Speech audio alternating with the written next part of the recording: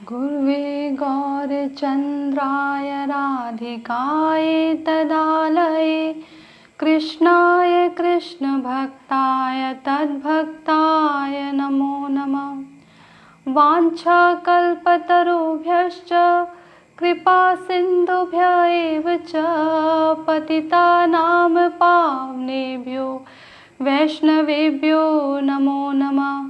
नमो महावदान्याय कृष्णप्रेमप्रदायते कृष्णाय कृष्णचैतन्यनाम्ने गौरतिषे नमः। हे कृष्ण करुणा सिन्धो दीनबन्धो जगत्पते गोपेश गोपिका कान्त राधाकान्त नमोस्तुते। तप्त कांचन गौरांगी राधे वृंदावनेश्वरी वृषभानुसुते देवी प्रणमामि हरिप्रिये। भक्त्या विहीनापराधलक्षये क्षिप्तश्च कामादितरङ्गमध्ये कृपामयि त्वां शरणं प्रपन्ना वृन्दे नमस्ते चरणारविन्दम्। जय श्री कृष्ण चैतन्य प्रभु नित्यानंद श्री अद्वैत गदाधर श्रीवासादि गौर भक्त वृंद। हरे कृष्ण कृष्ण कृष्ण हरे हरे हरे राम राम राम हरे हरे। हरे कृष्ण कृष्ण कृष्ण हरे हरे हरे राम राम राम हरे हरे। हरे कृष्णा। तो कैसे हैं आप सभी लोग? मैं सर्वप्रथम अपने गुरुदेव ओम विष्णुपाद अष्टोत्तर शास्त्री श्रीमद् भक्ति वेदांत माधव गोस्वामी महाराज जी के चरण कमलों में अनंत कोटि दंडवत प्रणाम अर्पण करती हूँ। तदनंतर नित्य लीला प्रविष्ट ओम विष्णुपाद अष्टोत्तर शास्त्री श्रीमद् भक्ति वेदांत नारायण गोस्वामी महाराज तथा नित्य लीला प्रविष्ट ओम विष्णुपाद अष्टोत्तर शास्त्री श्रीमद् भक्ति वेदांत स्वामी महाराज जी के चरण कमलों में अनंत कोटि दंडवत प्रणाम अर्पण करती हूँ और उनसे अहेतु की कृपा की याचना करती हूँ। हरे कृष्णा। तो आइए एक छोटा सा कीर्तन करते हैं, उसके बाद थोड़ी चर्चा करने का प्रयास करेंगे हरि गुरु वैष्णव की वाणी के ऊपर। आइए।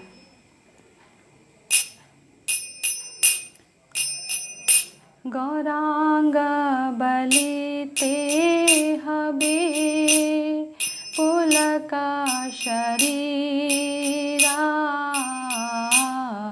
हरि हरि बलिते ना यने बाविनीरा। गौरांग बलिते हबे पुलका शरीरा हरि हरि बलिते ना यने बाबिनीरा। आर कबिनीताय चांदेर करुणा हईबे संसार वासना मोरा कभी तुझ हाबे। और कभी निताय चांदेर करुणा हई बे संसार वासना मोरा कभी तुझ हाबे। विषय छाड़िया कबे शुद्ध हाबे माना कबे हम हेरे श्री वृंदावाना। विषय छाड़िया कबे शुद्ध स्वाभिमाना कभी हम हेरब श्री वृंदावना। गौरांग बलिते हबे पुलक शरीरा हरि हरि बलिते न यने बबिनीरा। रूप रघुनाथ पदे हईबे आकुति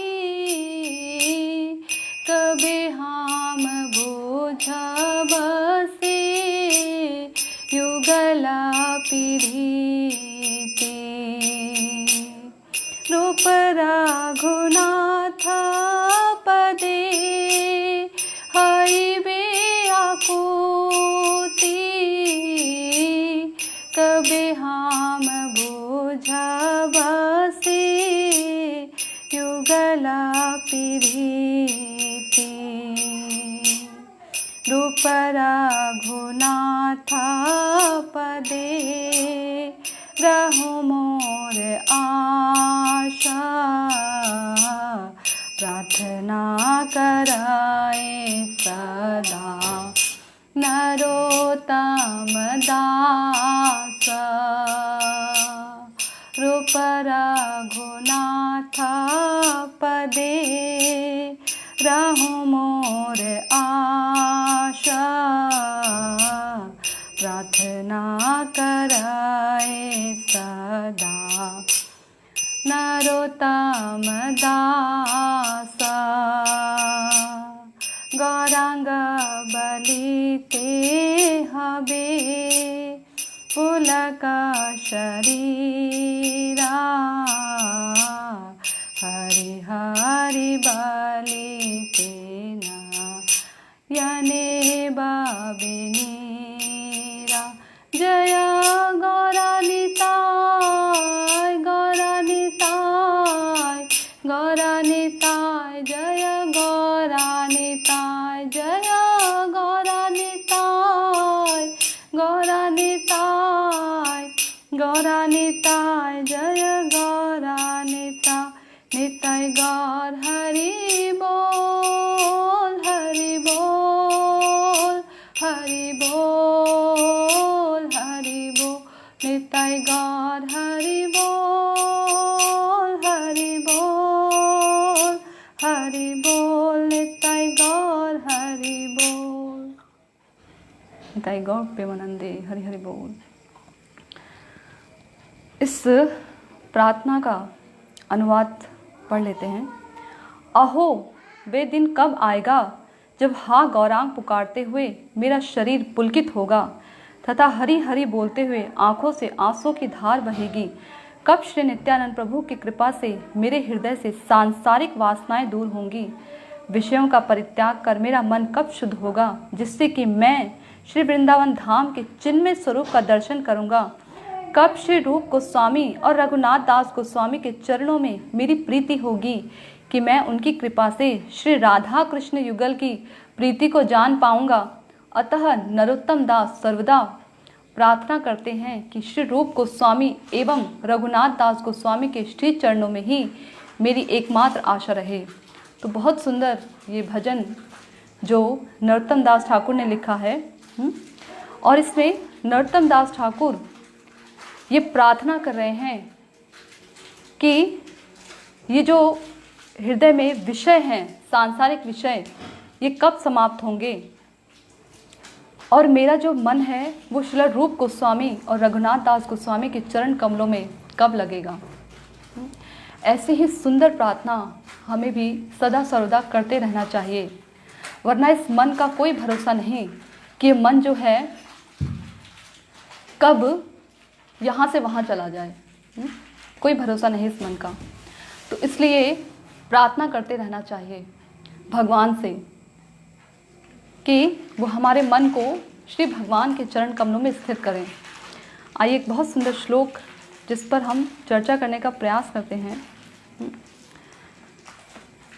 निवृत्त तर्षे उपगीयमानात् भव औषधात् श्रोत्र मनः अभिरामात् कह तम श्लोक गुण अनुवादात् पुमान विरजेत बिना पशुघ्नात्। जिनकी सांसारिक तृष्णा सर्वदा के लिए बुझ चुकी है, वे जीवन मुक्त महापुरुष भी पूर्ण प्रेम से अतृप्त रहकर श्री कृष्ण गुणावली का कीर्तन किया करते हैं। मुमुक्षु जनों के लिए जो भवरोग की रामबाण औषध है तथा विषयी लोगों के लिए भी उनके कान और मन को परम आह्लाद देने वाली हैं। भगवान श्री कृष्ण के ऐसे सुंदर सुखद रसीले गुणानुवाद से पशुघाती अथवा आत्मघाती मनुष्य के अतिरिक्त और ऐसा कौन है जो विमुख हो जाए, उससे प्रीति ना करे। तो कितना सुंदर श्लोक है। देखिए, इसमें कह रहे हैं कि जिनकी सांसारिक तृष्णा सर्वदा के लिए बुझ चुकी है, ऐसे जीवन मुक्त पुरुष, ये ऐसे महापुरुष हैं, जीवन मुक्त महापुरुष, जिनकी सांसारिक तृष्णा हमेशा के लिए बुझ चुकी है, यानी उन्होंने भगवत अनुभूति कर ली है। भगवान से उनका क्या संबंध है इसके बारे में वो जान चुके हैं और भगवान के नित्य धाम में परिकर बनकर भगवान की सेवा कर रहे हैं। ऐसे जीवन मुक्त पुरुष, जिनके लिए भगवान की गुणावली का कीर्तन करना, भगवान के दिव्य नाम रूप गुण लीला आदि का कीर्तन करना ही उनके लिए सब कुछ है। भगवान की गुणावली का कीर्तन करना उनके लिए सब कुछ है।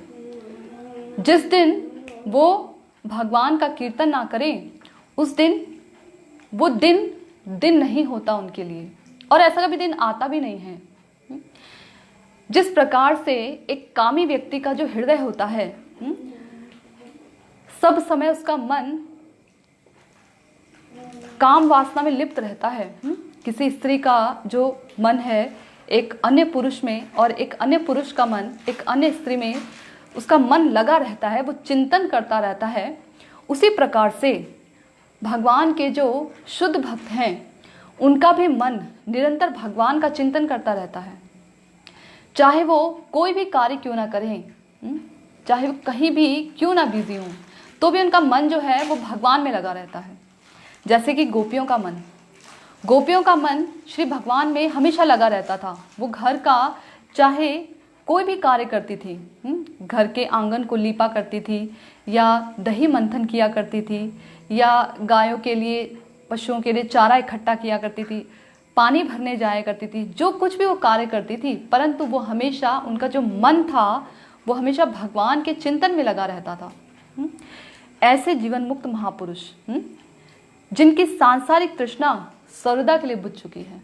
देखिए, हम जो बद्ध जीवात्माएं हैं, हमारी सांसारिक जो तृष्णा है, जो संसार की वस्तुओं को भोगने की प्यास है, एक ललक है, वो बुझी नहीं है। यहाँ तक कि अभी हम भजन करने का प्रयास कर रहे हैं, तो भी हमारी जो तृष्णा है वो बुझी नहीं है। कहीं ना कहीं हम गिर ही जाते हैं। भजन डामाडोल हो ही जाता है, कभी ऊपर कभी नीचे हो ही जाता है, ऐसा होता है। क्यों? क्योंकि अभी हमारा मन इस सांसारिक विषय वास्तव में लिप्त है। ये संसार के विषय चर्चा हमें बहुत अच्छी लगती हैं, रस आता है इनमें। सांसारिक विषय वास्तव में हमें रस आता है। जैसे किसी पेटू व्यक्ति को भोजन के स्वाद में रस आता है, ठीक उसी प्रकार से हम जिनका मन हमेशा सांसारिक विषयों में लगा रहता है, संसार के विषय चिंतनों में रस आता है। तो यहाँ कह रहे हैं कि जिनकी सांसारिक तृष्णा हमेशा के लिए बुझ चुकी है। भक्ति रसामृत सिंधु में एक जो 4 प्रकार के अनर्थ जो बताए गए हैं, उसमें से जो पहला अनर्थ है वो है असत तृष्णा का। असत तृष्णा, ऐसी तृष्णा जो कि भगवान से जुड़ी हुई ना हो, जो हरि गुरु वैष्णव की सेवा से युक्त ना हो, उसे छोड़, वो जो तृष्णा है वो असत तृष्णा कहलाती है। और जो हरि गुरु वैष्णव से युक्त है वो ही सत तृष्णा कहलाती है। तो जो वैष्णव जन होते हैं वो कभी भी वो अपने सुख के लिए सुखी और दूसरों के दुख में जो वैष्णव जन होते हैं वो दूसरों के दुख में दुखी रहते हैं। दूसरों का जो दुख होता है, दूसरों का जो कष्ट होता है, उसे देखकर उन्हें दुख महसूस होता है। एक वो बहुत सुंदर लाइन है ना, वैष्णव जन तो यही कहिए पीर पराई जाने रे। वैष्णव जन वो ही हैं जो दूसरों की पीर, जो दूसरों के दुख को जानते हैं। तो ऐसे वैष्णव जन तो यहाँ कह रहे हैं कि जो वैष्णव जन है, जो जिनकी सांसारिक तृष्णा हमेशा के लिए बुझ चुकी है, ऐसे वैष्णव जन पूर्ण प्रेम से अतृप्त रहकर भी श्री कृष्ण की गुणावली का कीर्तन किया करते हैं। देखिए, भगवान पूर्ण हैं, तो उनसे जुड़ी हर एक चीज़ पूर्ण होती है। तो उनसे जो किया गया प्रेम है वो भी अपने आप में पूर्ण है। तो ऐसा पूर्ण प्रेम प्राप्त करने पर भी वो अपने आप को अतृप्त महसूस करते हैं। अतृप्त, जैसे कि हम जो बद्ध जीवात्माएं हैं, सांसारिक चीज़ों को भोगने के बाद बहुत भोग लिया, मान लीजिए हमने बहुत भोग लिया, उसके बाद हम कुछ समय के लिए जब हमारा मन उससे खींच जाता है, उस समय हम कहते हैं कि बस अब हमें ये वस्तु नहीं चाहिए। परंतु कुछ समय के बाद, कुछ दिनों के बाद, कुछ महीनों के बाद, कुछ हफ्तों के बाद या कुछ घंटों के बाद ही हमारा मन फिर से उसमें लग जाता है और फिर से हम उसको भोगते हैं। परंतु जो जीवन मुक्त महापुरुष होते हैं, वो भगवान से इतना उनका घनिष्ठ संबंध हो चुका होता है कि अब उन्हें जो भगवान से जो उनका संबंध है, उसमें जो आदान प्रदान उन्हें मिलता है, उसमें वो अतृप्ति का अनुभव करते हैं। श्रील रूप गोस्वामी पाद जी कहते हैं कि हे प्रभु, आपके इस मधुर से भी मधुर नाम को सुनने के लिए मेरे करोड़ों करोड़ों कान हो जाएं। ऐसा कहते हैं कि आपके मधुर से मधुर नाम को सुनने के लिए मेरे करोड़ों करोड़ों कान हो जाएं। बताइए, और हम लोगों के लिए 2 कान भी बहुत भारी पड़ते हैं। हम लोगों के लिए जो 2 कान हैं बहुत भारी लगते हैं हमें 2 कान। तो जो भगवान के भक्त होते हैं, वो उनके जितनी भी इंद्रियां हैं, जो इंद्रियां हैं उनकी, वो अपनी उन इंद्रियों से भगवान के गुणों का श्रवण, कीर्तन, स्मरण आदि करते हैं। ये भक्तों की श्रेष्ठता है। और हम अपनी इंद्रियों के द्वारा विषयों का चिंतन करते हैं। आँखों से विषयों का जो सुंदर सुंदर रूप है उसको देखते हैं। जिह्वा से सुंदर सुंदर खाद्य पदार्थ आदि उसका जो है हम उसको प्राप्त करते हैं। तो हम अपने विषयों में लगे रहते हैं। और जो भगवान के भक्त हैं वो भगवान की इंद्रियों को तृप्त करने में लगते हैं। ऋषिकेश सेवनम, वो ऋषिकेश की इंद्रियों को सेवित करने में लगे रहते हैं, उन्हीं की सेवा करते हैं।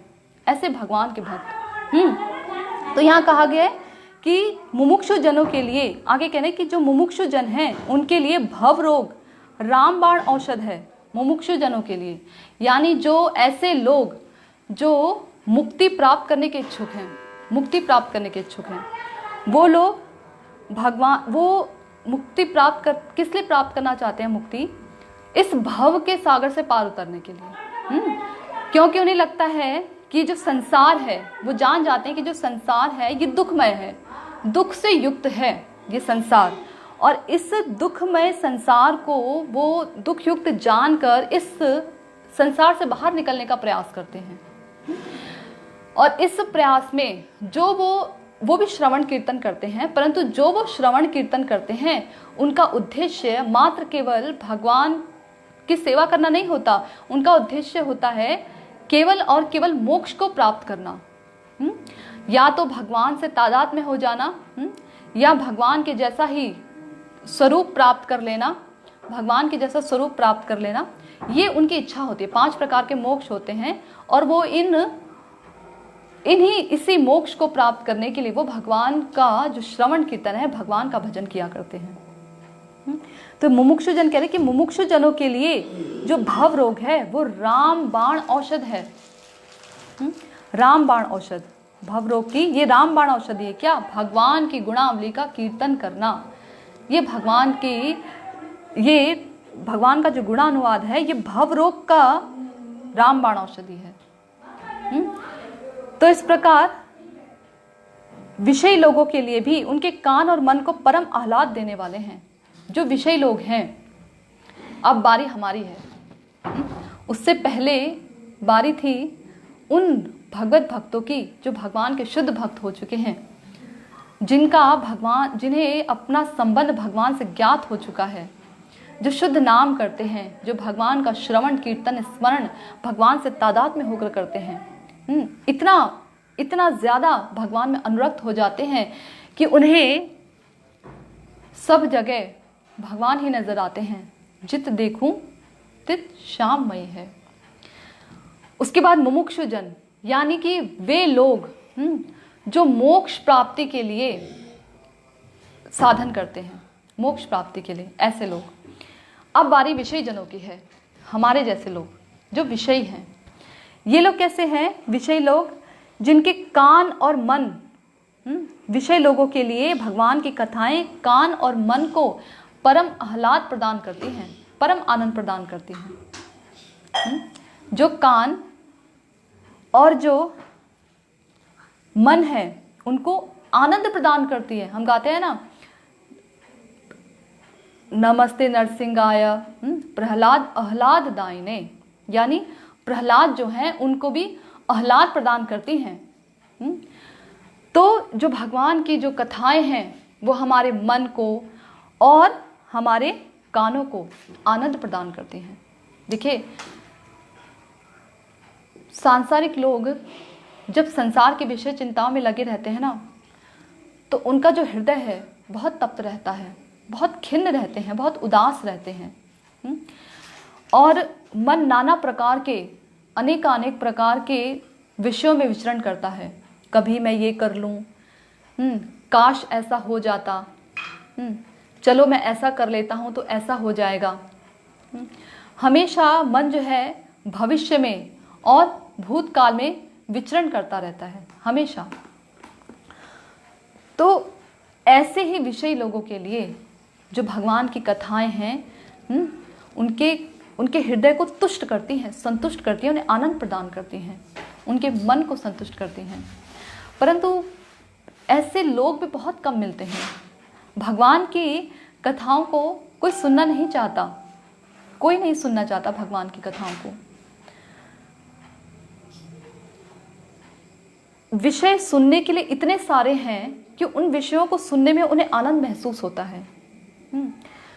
टीवी पर कुछ देख लिया, फोन पर कुछ देख लिया, या किसी से बात कर ली, अपना समय हम जीवन ऐसे ही बिता देते हैं।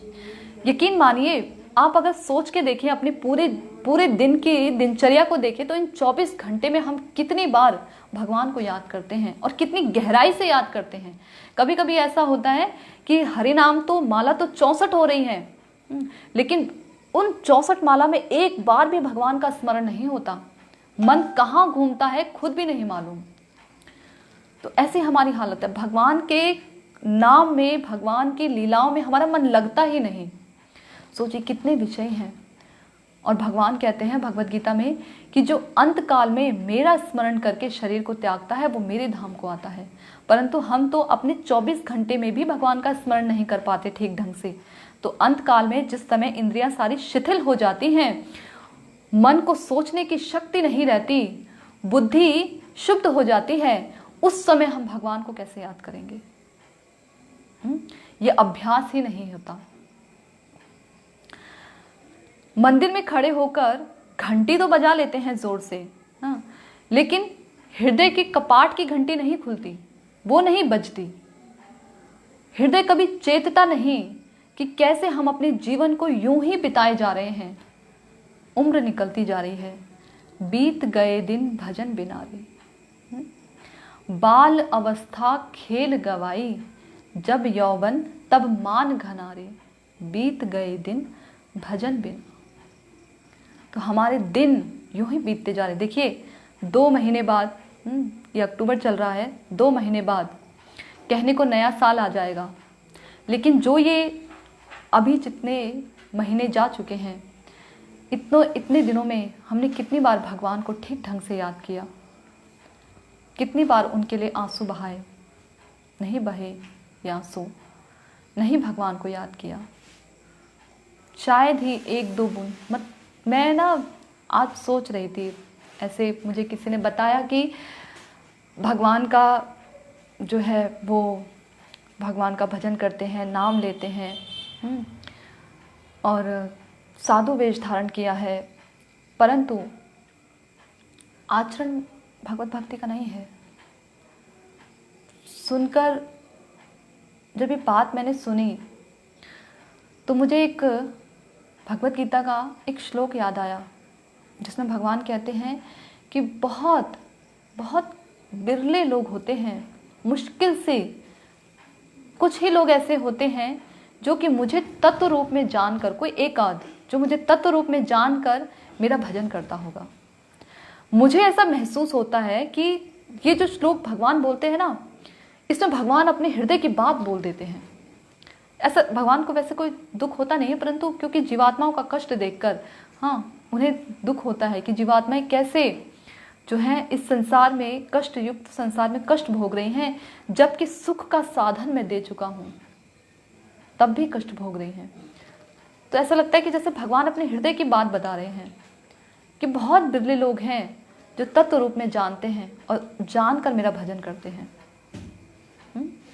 तो सोचिए, हम कभी कभी ऐसा होता है ना कि भक्ति को भी सहारा बना लेते हैं अपनी इंद्रियों का तर्पण करने के लिए।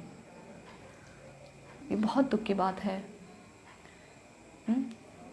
कथा तो हर कोई करता है ना, भगवान के विषय में हर कोई बोलता है, हर कोई माला फेरता है, हर कोई शास्त्र आदि पढ़ भी लेते हैं, परंतु इन सब में जो मुख्य बात है वो है आचरण। ये मुख्य बात है। यदि ये ना हो तो यूं समझ लीजिए जैसे मुर्दे में प्राण नहीं होते, वैसे ही यदि ऐसी भक्ति जो आचरण युक्त ना हो वो उसी समान है। इसलिए भक्ति में आचरण बहुत जरूरी है।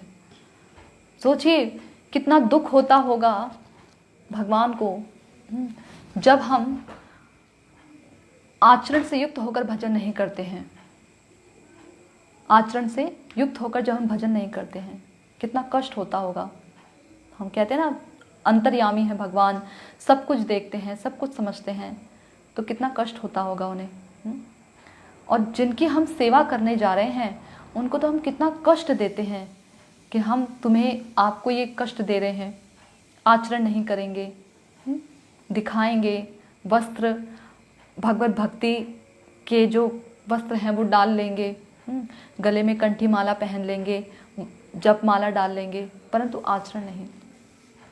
और कहते हैं उस श्लोक का, एक श्लोक है भागवतम में, उसका सहारा ले लेते हैं कि अगर हम अपने विषयों को छोड़ ना पाएं तो क्या है, उन्हें दुख जानकर भोगते रहना चाहिए और जो है साथ ही साथ भजन भी करना चाहिए। इसका सहारा ले लेते हैं। ऐसा नहीं है, दृढ़तापूर्वक प्रयास करना चाहिए, कम से कम प्रयास तो करना चाहिए छोड़ने का। छूट नहीं रहा ये हमारे अनर्थ हैं, परंतु प्रयास तो करना चाहिए, कोशिश करनी चाहिए, प्रार्थना करनी चाहिए भगवान से कि भगवान कब मेरे ये अनर्थ छूटेंगे। ये अनर्थ बहुत बहुत ज़्यादा मेरे भजन में बाधक हैं। गोपीनाथ मम निवेदन सुनो, विषय दुर्जन सदा कामरत, किछु नाही मोर गुण। ऐसी प्रार्थना करनी चाहिए। देखिए कितना सुंदर ये भजन है, मुझे बहुत बहुत अच्छा लगता है ये भजन। वैष्णव भजन तो वैसे अपने आप में बहुत सुंदर हैं सभी, परंतु ये भजन मुझे बहुत बहुत अच्छा लगता है। गोपीनाथ मम निवेदन सुनो, आमार भरसा तुम्हें।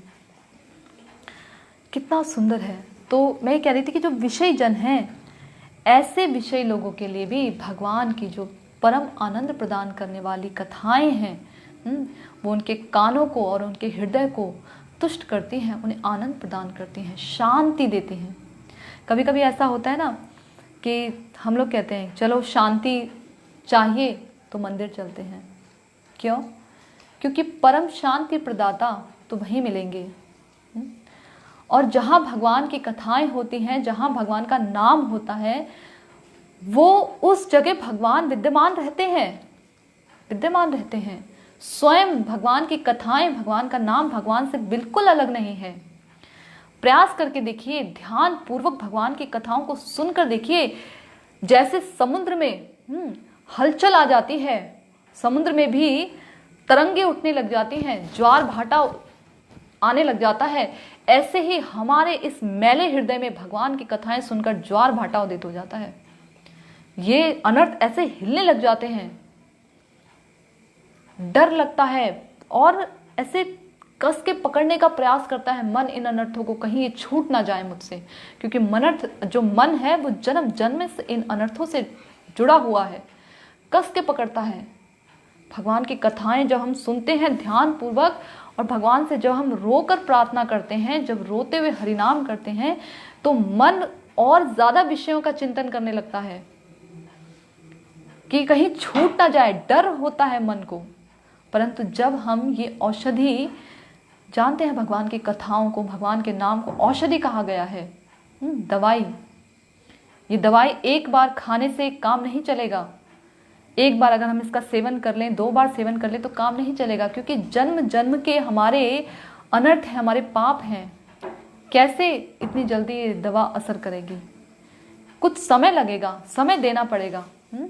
जब समय आएगा तो धीरे धीरे हमारे हृदय के अनर्थ अपने आप समाप्त हो जाएंगे, अपने आप समाप्त। अभी से प्रयास करेंगे युवावस्था से, बचपन से भगवान के भजन करने का, तो जब हमारी इंद्रियां शिथिल हो जाएंगी ना, जब ये ठीक ढंग से भजन नहीं कर पाएंगी, तो उस दौरान हमारे हृदय में एक वेदना होती है। उस वेदना से जो हमें क्रंदन होता है, हम भगवान के लिए रोते हैं, यकीन मानिए वो आंसू बहुत सुख प्रदान करते हैं। इतना सुख देते हैं भगवान के लिए गिराए गए आंसू। इस संसार के लिए अगर हम रोते हैं ना, तो बहुत कष्ट होता है, जलता है हृदय इस संसार के लिए। जब हम रोते हैं तो जलता है, और यही जब आंखें भगवान के लिए रोती हैं तो इतना सुख मिलता है, इतना आनंद मिलता है। ऐसा लगता है जैसे ऊपर से आंखों से वर्षा हो रही हो, और तप्त हृदय जो रेगिस्तान जैसा मरुस्थल भूमि, मरुभूमि है, वो शांति को प्राप्त हो रहा है, ठंडा हो रहा है। इतनी शीतलता मिलती है, कितना आनंद है, बहुत आनंद है भगवान की कथाओं में, भगवान के नाम में। तो भी हम इतने ज्यादा विषय हैं, इतने ज्यादा हमारा दुर्दैव है कि भगवान की कथाओं में हमें बिल्कुल रस नहीं आता, सुनना ही नहीं चाहते। जाने ये कान किस मिट्टी से बने हैं, क्या इन कानों में कितने अनर्थ घुसे हैं, कितने पाप घुसे हैं, इतने अपराध घुसे हैं कि भगवान की कथाओं को सुनना नहीं चाहते, भगवान की कथा को सुनना नहीं चाहते। इतना दुर्दैव है। दुर्दैव मीदृश मिहाजनी नानुरागः। आपकी कथाओं में किसी भी प्रकार का कोई अनुराग नहीं होता, भगवान हमें कोई अनुराग नहीं होता। मैं सोच रही थी आज ना, जब मैं हरिनाम कर रही थी तो मैं सोच रही थी कि प्रभु देखिए, अभी तो कलयुग बीच अवस्था में भी नहीं पहुंचा, और हरिनाम लेने में इतनी मुश्किल होती है, मन को बार बार यहाँ वहाँ से खींचना पड़ता है, भगवान आपके चिंतन में लगाना पड़ता है, आपके रूप में, आपके गुण में, आपकी लीलाओं में जबरदस्ती लगाना पड़ता है इस मन को, इस बुद्धि को। कथा सुनने में जबरदस्ती मन को बिठाना पड़ता है। अभी तो कलयुग आधे पर भी नहीं पहुंचा, आधे पड़ाव पर, ऐसी हालत है। इतने चिंतन, इतना विषय, इतने सारे हैं हमारे आसपास कि चिंतन करने के लिए सैकड़ों विषय हैं, परंतु आप एक का चिंतन हम नहीं कर पाते। एक का चिंतन करने में हमें बहुत मुश्किल होती है, और सैकड़ों विषयों में चिंतन करने में हमें कोई दिक्कत नहीं होती। और जब कलयुग इतना अधिक पहुंच जाएगा तो उस समय क्या हालत होगी। कहते हैं कि इस कलयुग में केवल नाम ही एक आधार है। भगवान का जो नाम है वो एक आधार है भव के सागर से पार उतरने के लिए। कलयुग केवल नाम आधारा, सुमिर सुमिर भव उतरे पारा। तो इस भवसागर से पार करने के लिए कलयुग में नाम एकमात्र औषधि है। सिर्फ नाम जप लें, भगवान का संकीर्तन कर लें, नाम जप कर लें, ये एकमात्र औषधि है, ये काफी है। परंतु देखिए तो भी हमारा मन भगवान के नाम में नहीं लगता हमारा मन भगवान के नाम में। बड़ा मतलब बहुत कितना दुख का विषय है, तैयार ही नहीं होता ये कथा सुनने के लिए, नाम लेने के लिए। जबरदस्ती बैठाओ उसे, मार पीट कर, सुना कर, तब भी नहीं बैठता भगवान का नाम लेने के लिए। दुख का विषय है, कितना दुखमय विषय है ये जाने। जो भगवान हमारे लिए सब कुछ करते हैं, सब कुछ उन्होंने हमें इतना सुंदर शरीर दिया है, हाँ, सही सलामत हाथ पैर दिए हैं, आंखें दी हैं, बुद्धि दी है जिससे उनका चिंतन कर सके, मन दिया है, तो भी ये हमारा मन उनका चिंतन नहीं करना चाहता, कभी उनके लिए ग्रेटफुल महसूस नहीं करता, कभी उन्हें धन्यवाद कहना नहीं चाहता हमारा मन। तो कितने आश्चर्य की बात है, दुख की बात है। इस संसार के लोग हमारे लिए थोड़ा सा भी करते हैं ना, तो हम उनके एहसान को याद रखते हैं, याद आता है उन्हें देखकर कि इन्होंने हम पर कितने एहसान किया था, जब हमें बहुत ज़रूरत थी तो इन्होंने हमारी मदद की थी, याद आता है। जो लोग कृतज्ञ नहीं हैं उनकी बात कर रही हूँ मैं। और हम भगवान को पूरे दिन भर में कितनी बार देखते हैं, भगवान का नाम लेते हैं, उनकी कथा सुनते हैं, तो भी भगवान के प्रति हमें कृतज्ञता महसूस नहीं होती। जिस दिन हमें भगवान के लिए कृतज्ञता महसूस होने लगेगी ना, भगवान के लिए हमारे दिल से ये निकलने लगेगा कि प्रभु आपने हमारे लिए कितना कुछ किया है और हम आपके लिए कुछ नहीं कर पाते, हम आपका नाम तक नहीं ले पाते, करना तो दूर की बात है, आपकी सेवा करना तो दूर की बात है, आपका नाम तक नहीं ले पा रहे हम, सिर्फ जिह्वा ही तो हिलानी है, इस मन को तो ही टिकाना है, इतना भी नहीं कर पा रहे आपके लिए। जब ऐसे निकलेगा ना हमारे, तब नयनम गल दश्रु धारया वदनम गद गद रुद्धया गिरा, उस समय हमारी आंखों से अश्रुपात होंगे, उस समय होगा। तो खैर आगे चर्चा करते हैं अपने उस पर। भगवान श्री कृष्ण के ऐसे सुंदर सुखद रसीले गुणानुवाद से पशु घाती अथवा आत्मघाती मनुष्य के अतिरिक्त और ऐसा कौन है जो विमुख हो जाए, उससे प्रीति ना करे। देखिए कह रहे हैं कि जो भगवान के ऐसे श्री कृष्ण, जिनकी कथाओं को सुनने मात्र से विषयी लोगों के मन और कान आह्लाद युक्त यानी परम प्रसन्न हो जाते हैं, मुमुक्षु जन जो मोक्ष प्राप्ति के लिए कार्य करते हैं उन्हें मोक्ष मिल जाता है, हाँ, और जो भगवान से प्रेम युक्त आदान प्रदान करते हैं, प्रेम के अपार समुद्र में वो डुबकियां लगाते हैं, ऐसे प्यारे भगवान, ऐसे श्री कृष्ण परम प्रिय हमारे भगवान, ऐसे भगवान की कथाओं को ऐसे सुन के गुणानुवाद को पशुघाती और आत्मघाती मनुष्यों के अलावा और ऐसे कोई नहीं है जो उनसे विमुख हो जाए, जो उनकी कथाओं से विमुख हो जाए। ऐसे लोग विमुख हो जाते हैं। पशुघाती जो पशुओं का वध करते हैं अपने जीवा के लिए, अपने स्वाद के लिए या जीविका कमाने के लिए, ऐसे पशुघाती लोग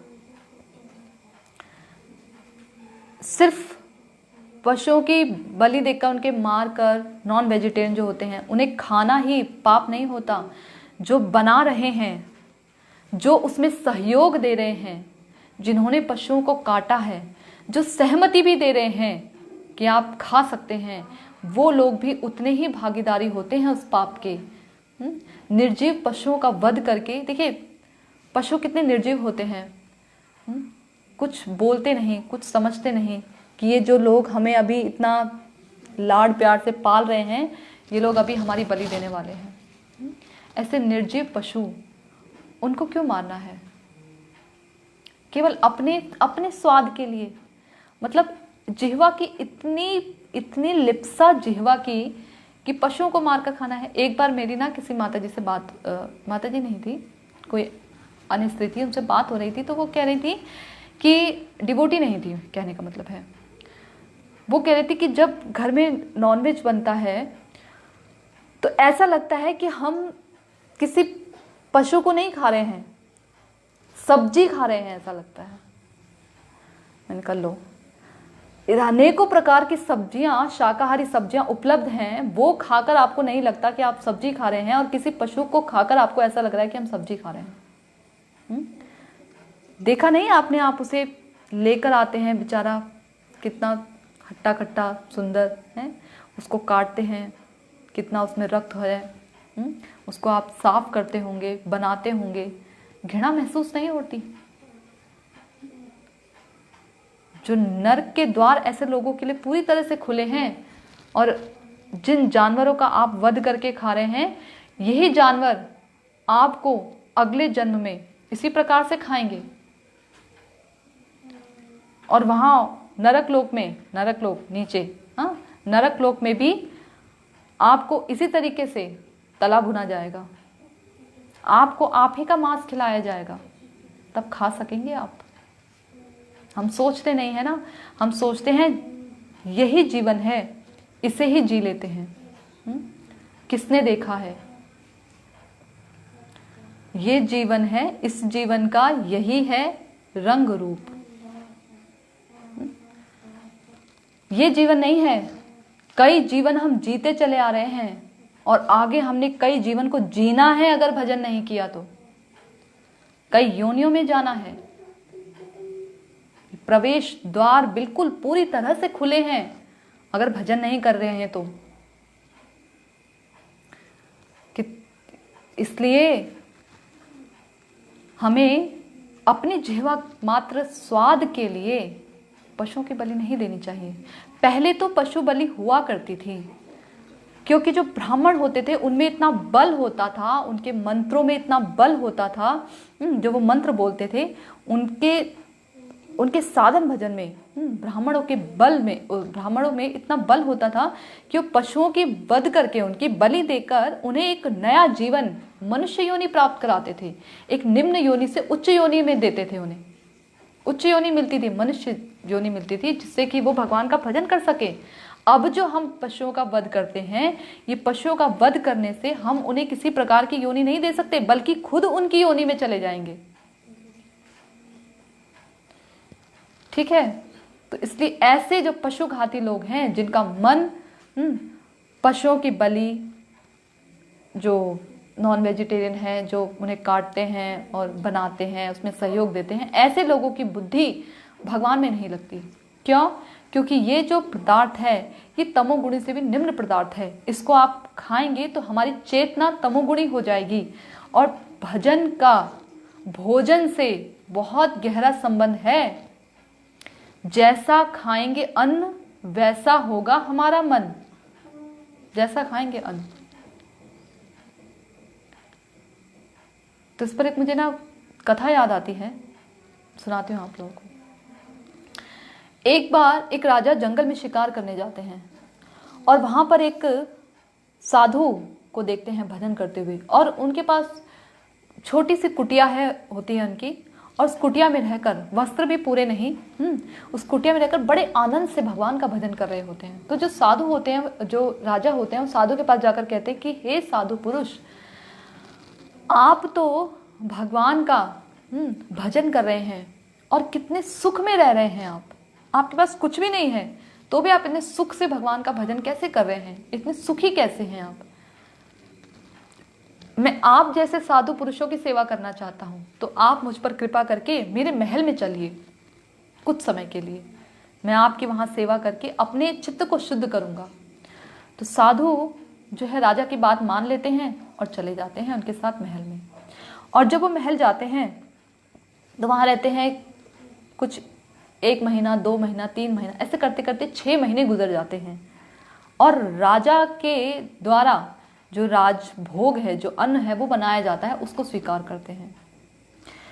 अब जो साधु पुरुष थे, एक दिन रानी स्नान करने को जाती है और अपने बहुत बहुमूल्य हार को वहीं अपने कमरे में छोड़ जाती है, अपने कक्ष में। और साधु पुरुष की जब उस हार पर नजर पड़ती है तो उसके मन में चोर आ जाता है, और वो उस हार को देखकर उसे चुराने का प्रयास करता है और उसे चुरा लेता है। और चुरा कर भाग जाता है जंगल की ओर, जंगल की ओर भाग जाता है। भागते भागते, क्योंकि भाग रहा था, सुबह से भाग रहा था, तो उसने कुछ खाया पिया नहीं था। और बहुत भूख लगने लगती है, बहुत भूख लगती है। तो क्या करता है, कंदमूल आदि जंगलों में मिलते हैं उसे, कोई राजभोग तो से मिलता नहीं जंगल में, कंदमूल आदि खा लेता है। क्योंकि 6 महीने से अभ्यास हो चुका था राजभोग खाने का, तो कंदमूल जो है उसे अब पचा नहीं और उसने वमन कर दिया। उल्टी हो गई उसे, सब कुछ जो खाया था वो निकल गया। भागते भागते उसका शरीर भी कमजोर हो जाता है जब उसे भोजन नहीं मिलता। अब जो राजा के अन्न से, खाए हुए अन्न से जो उसका रक्त बना था, जो उसकी चेतना बनी थी, अब क्योंकि भूखे रहने से उसकी चेतना धीरे धीरे शुद्ध होने लगती है। तो जब वो शुद्ध होती तो उसे बड़ा दुख महसूस होता है कि हाय, मैं कितना गिर गया, कि मेरी क्या अवस्था थी। मैं तो भगवान के भजन में लीन रहता था और एक मामूली हार के लिए मैंने अपने साधु पद से नीचे गिर गया, मैंने चोरी कर ली। तो उन्हें बहुत ग्लानि महसूस होती है और महल में जाते हैं। वहाँ राजा रानी सब लोग मिलकर, दास दासियाँ मिलकर रानी का हार ढूंढते हैं, क्योंकि रानी को वो हार बहुत प्रिय था। साधु जाते हैं और उन्हें राजा के सामने वो हार रख देते हैं। राजा आश्चर्यचकित होकर कहते हैं कि ये हार आपके पास कहाँ से आया? तो उन्हें सभी जो बताते हैं कि जो हार है मैं चुरा कर लेकर गया था। तो राजा कहते हैं, आप तो साधु जन थे, जब आप हार चुरा कर ही लेकर गए थे तो फिर आप इसे वापस क्यों लेकर आए? तो बोले कि हे राजन, तुम्हारा अन्न खाने से, राजसी अन्न खाने से मेरी जो वृत्ति है वो भी रजोगुणी हो गई थी, और मेरे मन में पाप आ गया था, लालच आ गया था, जिससे मैंने ये हार चुरा लिया। अब जब मैं आपका जो अन्न खाया हुआ था वो मेरे शरीर से निकल गया, तो मेरी जो चेतना है वो फिर से शुद्ध हो गई और मुझे फिर ग्लानि महसूस हुई कि मैंने ये एक छोटा सा शूद्र हार चुराया और इसके लिए मैंने अपना भजन खराब किया। ये देखिए, ये है अन्न का महत्व। इसलिए कहते हैं जैसा खाएंगे अन्न वैसा होगा हमारा मन। इसलिए हमें प्रयास नहीं बल्कि भगवान को भोग लगा ही अन्न स्वीकार करना चाहिए। भगवान उसे लेकर उसे स्वीकार करते हैं जब भगवान, तो उस पर भगवान अपनी दया दृष्टि डाल देते हैं, अपना अधरा अमृत मिला देते हैं और वो हमारे चित्त को, हमारे चित्त रूपी दर्पण का मार्जन करने में सहायक होता है। उद्धव जी कहते हैं कि प्रभु हमें आपकी माया से डर नहीं लगता। क्यों? क्योंकि हम आपके द्वारा दिए गए इस प्रसादी को, आपकी जो माल्य और जो आपका उच्छिष्ट आदि है, इसको ग्रहण करेंगे तो हम आपकी माया पे जरूर विजय प्राप्त कर लेंगे, जरूर, ऐसा कह रहे हैं। तो हमें आपकी माया से डर नहीं लगता। इसलिए डर नहीं लगता क्योंकि हम आपके आश्रित हैं। परंतु वहीं यदि भजन में जरा सी चूक हो गई, जरा सी चूक, जरा से साधन भजन को, नियम को हमने पालन करने में ढिलाई कर दी, तो हमारा भजन जो है ढीला पड़ जाता है, मन इधर उधर भाग जाता है। मन की जो घोड़े की जो लगाम है उसको कस कर पकड़ के रखनी पड़ती है सब समय। इसलिए तो रघुनाथ दास गोस्वामी ने हमें इतना सुंदर अपूर्व ग्रंथ लिख कर दिया है मन शिक्षा का, कि मन को शिक्षित करना अवश्य में जरूरी है। याद रखिए, जब तक हम अपने जीवन में रूप गोस्वामी द्वारा दिए गए उपदेशामृत और रघुनाथ दास गोस्वामी द्वारा दिए गए मन शिक्षा का पालन नहीं करते, तब तक हमारी जो भक्ति है वो मात्र प्रपंच कहलाएगी। लगेगा कि भक्ति कर रहे हैं परंतु भक्ति नहीं है। ऐसा महसूस होगा कि भक्ति तो हो रही है परंतु भक्ति नहीं है। और ये जो सांसारिक विषय है, देखिए ये कितने ज़्यादा बलवान होते हैं। मैं इस पर आपको एक बहुत सुंदर कथा सुनाती हूँ। एक बहुत सुंदर भक्त के ऊपर एक कथा है। यमुनाचार्य जी का नाम आप लोगों ने सुना ही होगा। यमुनाचार्य जी, तो यमुनाचार्य जी के एक नाना थे जिनका नाम था नाथ मुनि।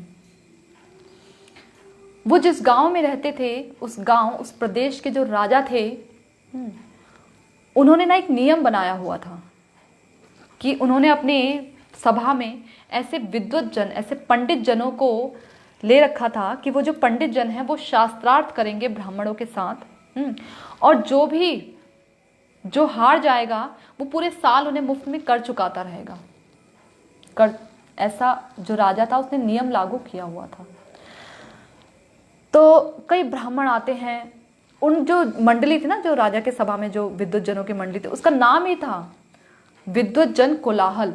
विद्वत लोगों के बीच में भी कोलाहल पैदा कर दें, क्लेश पैदा कर दें, दुख दे दें, ऐसे मंडली थी, बना रखी थी। तो अब क्या हुआ कि जो राजा थे उन्होंने नियम बनाया हुआ था। ऐसे कई ब्राह्मण आते थे उनके पास और उनसे शास्त्रार्थ करते थे, परंतु हार जाते थे। तो एक बार ऐसे ही जो नाथ मुनि हैं, नाथ मुनि को बुलाते हैं कि चलो, राजा ने कहा है कि तुम शास्त्रार्थ करोगे। नाथ मुनि जो थे भगवान के भक्त थे, परंतु वो ना तर्क आदि ज्यादा करते नहीं थे। उन्हें लगता था कि ये सब तर्क आदि करके जो है भगवत भक्ति खराब होती है। और सत्य बात यह है कि तर्क आदि करके भगवत भक्ति खराब होती है। जो तर्क को प्रतिष्ठित कर सके शास्त्रों के अनुरूप, तभी तर्क करना चाहिए, वरना तर्क करने का प्रयास नहीं करना चाहिए। क्योंकि आज हम कोई अपना मत रखेंगे, दूसरा व्यक्ति आकर उसी मत को काट कर अपना मत रख देगा। इसलिए तर्क रखने का प्रयास नहीं करना चाहिए। इसलिए रूप गोस्वामी जी भी विजय पत्र था ना, ऐसे लिख के दे देते थे कि जाओ तुम विजयी हो गए, हमें तर्क नहीं करना, हमें अपना समय बर्बाद नहीं करना, अभी बहुत हमारे काम बहुत है, ग्रंथ लिखने हैं, भजन करना, बहुत समय नहीं है हमारे पास। तो ऐसे विजय पत्र देते। तो जीव गोस्वामी जी फिर ऐसे लोगों को हराते थे, क्योंकि तत्व सिद्धांत भी तो स्थापित करना था ना। हर किसी जो महाजन है उनका वो अपना महत्व स्थापित किया और भक्ति को उन्होंने अलग अलग ढंग से स्थापित किया, अलग अलग ढंग से। तो इस प्रकार जो राजा थे उनका नियम था, और ब्राह्मणों को हर प्रकार से हराकर उनको कर देना पड़ता था। तो नाथ मुनि को बुलाया गया। नाथ मुनि जी ने तर्क नहीं किया, क्योंकि वो बहुत विद्वान थे, परंतु फिर भी उन्होंने तर्क नहीं किया और वो हार गए। जब हारे तो उन्हें कर देना पड़ा राजा के नियम के अनुसार। अब वो कर चुकाते थे, लेकिन कुछ साल ऐसे आए जिसमें वो कर ना चुका पाए, क्योंकि कर चुकाने के लिए उनके पास और कुछ था नहीं, कुछ देने के लिए। तो उन्होंने राजा से उधार लिया और कहा मैं धीरे धीरे आपका कर चुका दूंगा, परंतु तो भी वो कर ना चुका पाए। तो एक समय राजा ने अपने सैनिकों को आदेश दिया कि जाओ और उस नाथ मुनि को लेकर आओ और उसे दंडित करेंगे। तो राजा के सैनिक गए लेने के लिए, पर उस समय नाथ मुनि थे नहीं घर पर। यमुनाचार्य जी उस समय बहुत छोटे से बालक थे, यमुनाचार्य जी थे।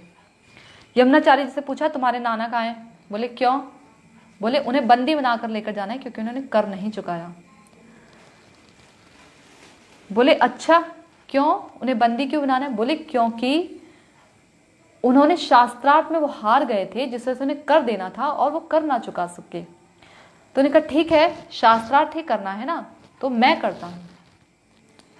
तो बोले तुम तो अभी छोटे से बालक हो, तुमको क्या ज्ञान, वो तो बहुत बड़े विद्वान हैं जो शास्त्रार्थ करते हैं। बोले नहीं, मैं शास्त्रार्थ करूंगा और मैं हराऊंगा उन्हें। तो राजा के पास जाकर सैनिक बताते हैं कि ऐसे ऐसे एक छोटा सा बालक है, नाथ मुनि का जो पोता है, वो करना चाहता है शास्त्रार्थ। तो राजा ने कहा तो क्या हुआ, छोटा हो या बड़ा, ले आओ शास्त्रार्थ करने के लिए। यमुनाचार्य जी के पास जाते हैं तो बोले चलो राजा तुम्हें बुला रहे हैं। तो बोले ऐसे थोड़े ना होता है, शास्त्रार्थ करने के लिए तुम ऐसे बुलाओगे, मैं क्या ऐसे चला जाऊंगा? अरे मेरा भी कोई स्टेटस है, पालकी लेकर आओ अगर शास्त्रार्थ करना है तो, और उसमें मुझे लेकर जाओ। और ऐसे ही नहीं खाली पालकी उठा कर ले, आगे संगीत नगाड़े बजने चाहिए, तब मैं जाऊंगा। तो सैनिक आते हैं राजा के पास, जाकर बताते हैं। तो राजा कहते हैं अरे ये कैसा है व्यक्ति है, देखना तो पड़ेगा। तो बोले ठीक है, जाओ पालकी लेकर जाओ और संगीत आदि नगाड़े बजाकर सो लेके आओ। तो यमुनाचार्य जी को इसी प्रकार से ले जाया जाता है, और जिस गली से वो निकलते हैं, उस गली के जो ब्राह्मण हैं, जो लोग हैं, उन्हें देखते हैं और मन में सोचते हैं कि क्या ये छोटा सा बालक शास्त्रार्थ में विजय हो पाएगा, क्या ये हमें कर से मुक्त कर पाएगा।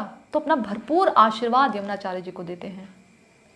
नाथ मुनि जब सुनते हैं तो उन्हें बड़ा दुख होता है कि मैं तो इसे शास्त्र के श्लोक इसलिए याद करवाता था कि भगवान का भक्त बने, ये कहाँ तर्क में फंस रहा है।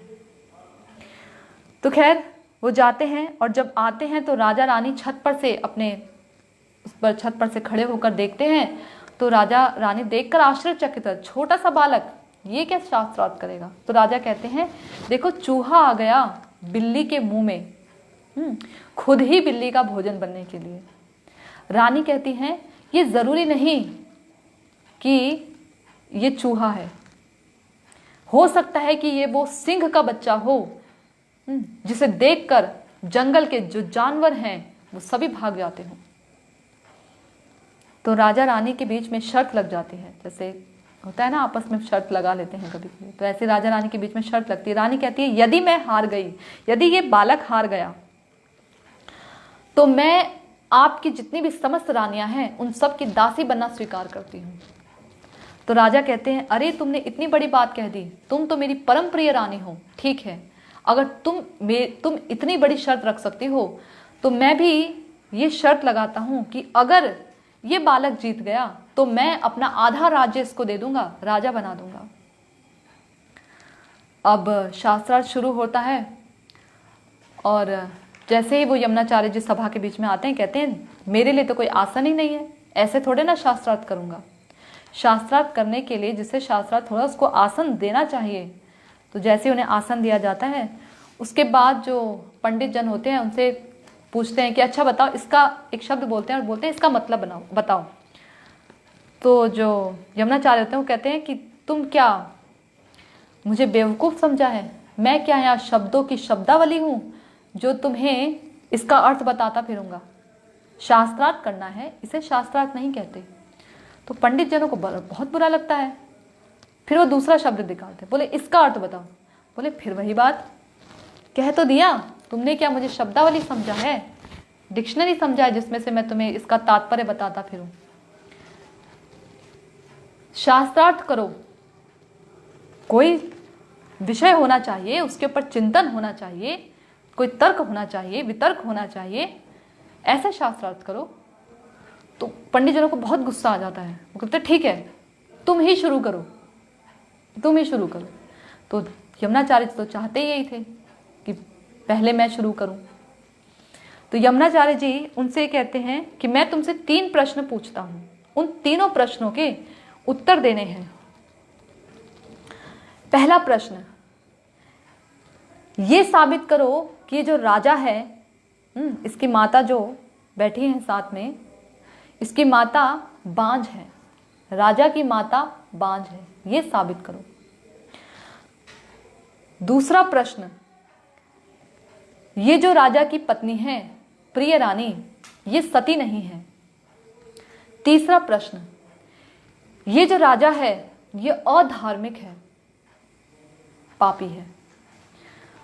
अब जो वहां के जो पंडित जन थे वो सोच में पड़ जाते हैं, ये कैसे 3 प्रश्न हैं भाई, माता से पुत्र हुआ है यानी राजा पैदा हुआ है तो माता बांझ कैसे हो सकती है, पुत्र हुआ तो बांझ तो हो नहीं सकती माता, तो बांझ क्यों कहा। और चलो अगर ये कह भी दिया जाए कि हाँ ये बांझ है तो राजा छोड़ेगा नहीं, मृत्युदंड दे देगा। दूसरा प्रश्न कि जो पत्नी है ये सती नहीं है, रानी प्रिय रानी ऐसे कैसे बोल दे कि ये सती नहीं है, तो हम तो अवश्य में मर जाएंगे। और तीसरा प्रश्न कि राजा अधार्मिक है, ये तो बोल ही नहीं सकते, राजा ही मृत्यु दंड दे देगा, तो प्रश्नों को साबित तो कर नहीं सकते थे। बोले ये कैसे ऊटपटांग से प्रश्न है, इनका कोई उत्तर नहीं है, ये कोई आधार नहीं है, इन्हें कोई साबित नहीं कर सकता। बोले मैं साबित कर सकता हूं। तो बोले ठीक है साबित करके दिखाओ। तो बोले अगर मैंने साबित किया तो तुम मान जाओगे कि तुम हार चुके हो। तो बोले ठीक है, अगर तुमने इन तीनों प्रश्नों का उत्तर जो है दे दिया तो हम मान जाएंगे कि हम तुमसे शास्त्रार्थ हार चुके हैं और तुम जीत चुके हो। वो कहते हैं कि देखिए पहला प्रश्न कि राजा की जो माता है वो बांझ है। मनु संहिता, यमुनाचार्य जी बताते हैं कि मनु संहिता नाम का एक ग्रंथ है जो राजा मनु ने लिखा है। राजा मनु की हम संतानें हैं ना, इसीलिए सारी मनुष्य जाति को मनुष्य के नाम से कहा जाता है, क्योंकि मनु से उत्पन्न हुई है। जो डार्विन है वो कहते हैं कि बंदर थे पूर्वज। तो बंदर पूर्वज नहीं थे, ऐसे किसी ने प्रश्न पूछा था एक बार, मतलब बता रहे थे कि नहीं हमारे तो जो पूर्वज है हमने कहा आप ही के बंदर जो होंगे पूर्वज होंगे, हमारे तो जो पूर्वज हैं वो तो भाई मनु जी हैं। तो ऐसा वैष्णव जन भी बताते हैं, उन्हीं से सुना है। खैर, जो मनु संहिता नाम का ग्रंथ है वो उसमें ये बताया गया है कि जिस भी स्त्री की, जिस माता की केवल एक संतान होती है वो बांझ मानी जाती है। राजा एक ही संतान थी अपनी माता की, ऐसा कहा जाता है। मुझे भी डिटेल नहीं मालूम इस बारे में, लेकिन मनु संहिता में ऐसा कहा गया है। तो पंडित जनों से पूछा जाता है तो राजा कहते हैं हाँ, पंडित कहते हैं हाँ ये बात तो सत्य है, लिखा तो है ऐसा मनु संहिता में कि जिस भी स्त्री की एक ही संतान हो वो माता बांझ कहलाई जाती है। दूसरा प्रश्न था कि राजा के साथ जो रानी है ये सती नहीं है। तो बोलते हैं कि जब राजा रानी आप दोनों का विवाह हुआ था तो उस समय जो पंडित थे जिन्होंने शादी करवाई थी, पुरोहित थे, उन्होंने 10 दिशाओं के जो दिग्पाल थे, 10 दिशाओं के जो रक्षक होते हैं, जो दिग्पाल हैं, उनको साक्षी किया था विवाह में। वो भी थे, उनको साक्षी करके उनके साथ विवाह हुआ था। तो ऐसा नहीं कह सकते कि रानी का विवाह केवल आपके साथ हुआ है। तो सती कैसे हुई? उनके तो बल्कि 11 पति हो गए आपको मिलाकर, तो सती नहीं है। तीसरा प्रश्न था कि राजा अधार्मिक हैं। तो क्या बताते हैं कि हे राजन, शास्त्र ऐसा कहते हैं कि जो प्रजा है यदि वो कोई पाप कार्य करती है तो उसका दंड राजा को भुगतना पड़ता है। उसका जो फल है वो राजा को भुगतना पड़ता है। और ये तो कलयुग है, और उस कलयुग में तो अधिकतर प्रजा पापी ही है। कोई ना कोई, चाहे मन से करे, चाहे तन से करे, चाहे वाणी से करे, कुछ ना कुछ पाप हो ही जाता है। तो जब प्रजा पापी है तो आप पाप मुक्त कैसे हो सकते हैं? आप भी तो पापी हुए। तो अब तीनों प्रश्नों का जो उत्तर है सुनकर राजा अत्यधिक प्रसन्न हो जाता है, और जो मंत्री जन थे, जो विद्वत जन थे, वो सभी शांत हो जाते हैं, क्योंकि यमुनाचार्य जी शास्त्रार्थ जीत चुके थे। अब वाहवाही यमुनाचार्य जी की होने लग जाती है और राजा उन्हें अपना राज्य दे देते हैं और राजा बना देते हैं। अब यमुनाचार्य जी राजा बन जाते हैं, और राजा बनने के बाद उनकी जो मति है वो उसमें लग जाती है कि किस प्रकार से इस राज्य का मैं विस्तार करूं, किस प्रकार से इसको बढ़ाऊं। इसमें उनकी मति लग जाती है, और भगवान को जो थोड़ा बहुत बचपन में उन्होंने अपने नाना से सीखा होता है उसको भूल जाते हैं। यहाँ पर एक शिक्षा है, देखिए, जो विषयी लोग हैं या फिर हमारे जैसे लोग जो भगवान का भजन करने का प्रयास कर रहे हैं अभी, ऐसे लोगों को सावधान रहना चाहिए। जाने कौन सा विषय सामने आकर हमें भगवत भक्ति से विमुख कर दे। इसलिए वंदो मोई सावधान मते, सावधानी के साथ भगवान का भजन करना चाहिए। सावधानी के साथ, जाने कौन सी विषय वासना हृदय में अपना स्थान बना ले, जाने कौन सी वासना मालूम नहीं। तो इसलिए स्थिर रहना चाहिए, ध्यान रखना चाहिए, सावधानी के साथ मन पर सब समय ध्यान देना चाहिए, कहाँ जा रहा है हमारा मन। फिर उसके बाद जब यमुनाचार्य जी इस अपने राज्य को बढ़ाने में लगे रहे तो उनके नाथ मुनि जो नाना थे बहुत दुखी रहने लगे। और जब दुखी रहने लगे तो उनके एक शिष्य है, उनसे पूछते कि गुरुदेव आप इतने दुखी क्यों हैं? तो बताते कि देखो, मैं चाहता था कि जो मेरा पोता है वो भगवान का भक्त बने, शुद्ध भक्त बने, भगवान के नाम का प्रचार करे, भगवान की सेवा में युक्त रहे हमेशा, परंतु वो तो विषय बन गया। तो बोले आप चिंता मत कीजिए, मैं आपके पोते को लेके आऊँगा, आप चिंता मत कीजिए। तो बोले ठीक है। अब जब नाथ मुनि के जो शिष्य थे वो जाते हैं यमुनाचार्य जी से मिलने, राजा बन चुके थे ना, तो उनसे मिलने जाते हैं, तो मिलने नहीं देते उनके जो द्वारपाल हैं। मना कर देते हैं, बोले नहीं आप नहीं मिल सकते, मना कर देते हैं। तो शिष्य सोचते हैं कि क्या किया जाए, सीधी उंगली से घी नहीं निकल रहा, अब उंगली टेढ़ी करनी पड़ेगी। तो क्या करते हैं, बहुत सुंदर साग बनाते हैं राजा के लिए, यमुनाचार्य जी के लिए, और साग बनाकर उन्हें देते हैं, रोज प्रतिदिन देते हैं, सेवकों के हाथ भिजवा देते हैं अंदर। राजा खाते हैं उसे और बहुत अपने आप को हष्ट पुष्ट महसूस करते हैं, और स्वादिष्ट भी बहुत होता है। ऐसा 3 दिन लगातार चलता है। चौथे दिन वो साग नहीं देते, तो राजा पूछते हैं आज वो साग क्यों नहीं रखा मेरे खाने में। तो राजा कहते हैं, सैनिक कहते हैं कि आज साग आया नहीं इसलिए दिया नहीं। बोले जाओ उस व्यक्ति को ढूंढ के लाओ जिसने मुझे साग दिया था। अब उस व्यक्ति को ढूंढते हैं तो व्यक्ति मिल जाते हैं। अब चाहते तो वो यही थे उनके शिष्य की यमुनाचार्य जी से मुलाकात हो। तो यमुनाचार्य जी से कहते हैं क्या आप अपने नाना नाथ मुनि को जानते हैं। तो नाम सुनकर उन्हें लगता है कि नाम सुना सुना तो है, परंतु कहीं धूमिल हो चुका है, ये नाम धुंधला पड़ चुका है, याद नहीं है ठीक से। तो बोले वे आपके लिए एक बहुत बड़ी संपत्ति छोड़कर गए हैं, जिसे प्राप्त करके आप इससे भी बड़े राजा बन सकते हैं। अब राजा तो चाहते यही था, क्योंकि वो तो अपने राज्य का विस्तार करने में लगा रहता था, धन चाहिए था, संपदा चाहिए थी।